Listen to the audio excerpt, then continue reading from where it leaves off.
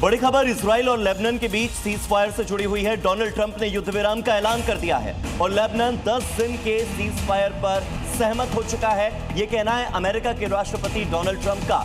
Israel और Lebanon दोनों देशों के नेता अगले 1-2 सप्ताह में व्हाइट हाउस में मुलाकात भी कर सकते हैं, यानी कि वॉशिंगटन डीसी में मुलाकात हो सकती है बेंजामिन नेतन्याहू और उनके साथ लेबनान के राष्ट्रपति की। अब तक 10 युद्ध रुकवाए हैं। ट्रंप ने इस बात का दावा किया, श्रेय लिया।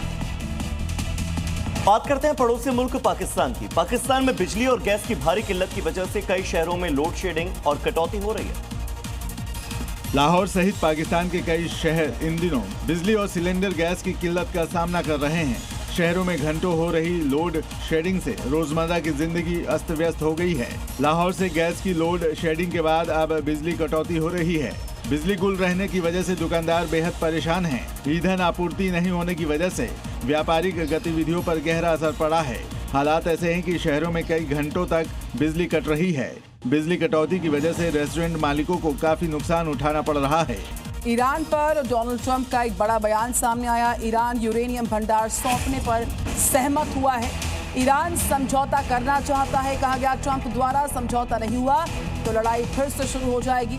समझौता हुआ तो पाक जा सकता हूं, यह कहना है डोनाल्ड ट्रंप का। ईरान समझौता करना चाहता है, डील नहीं होने पर लड़ाई शुरू हो जाएगी फिर से। साथ ही ट्रंप ने दावा किया कि ईरान यूरेनियम डील पर भी राजी हो गया है। साथ ही ट्रंप ने बताया कि अगर डील होती है तो वो खुद पाकिस्तान जाएंगे। तो हफ्तों के बाद ऐसा माना जा रहा है कि मिडिल ईस्ट की जंग अब खत्म होने के करीब है, क्योंकि डोनाल्ड ट्रंप ने ऐसे संकेत दिए हैं जिससे ये उम्मीद लगाई जा रही है कि 21 तारीख से पहले खाड़ी देशों के लिए हालात जो है वो बेहतर होंगे।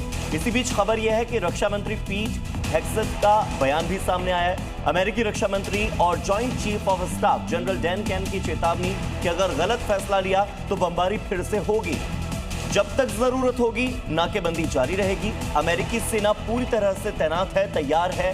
डैन कैन का यही कहना है। किसी भी समय बड़े सैन्य अभियान शुरू करने के लिए अमेरिका पूरी तरह से रेडी है। तो खाड़ी देश में शांति हो, ये सब चाहते हैं, लेकिन अमेरिका सीज फायर की कोशिश के साथ साथ हॉर्मुज स्ट्रेट में अपनी सेना की तैनाती बढ़ा रहा। इससे ये कहना मुश्किल हो रहा कि आखिर ट्रंप चाहते क्या हैं।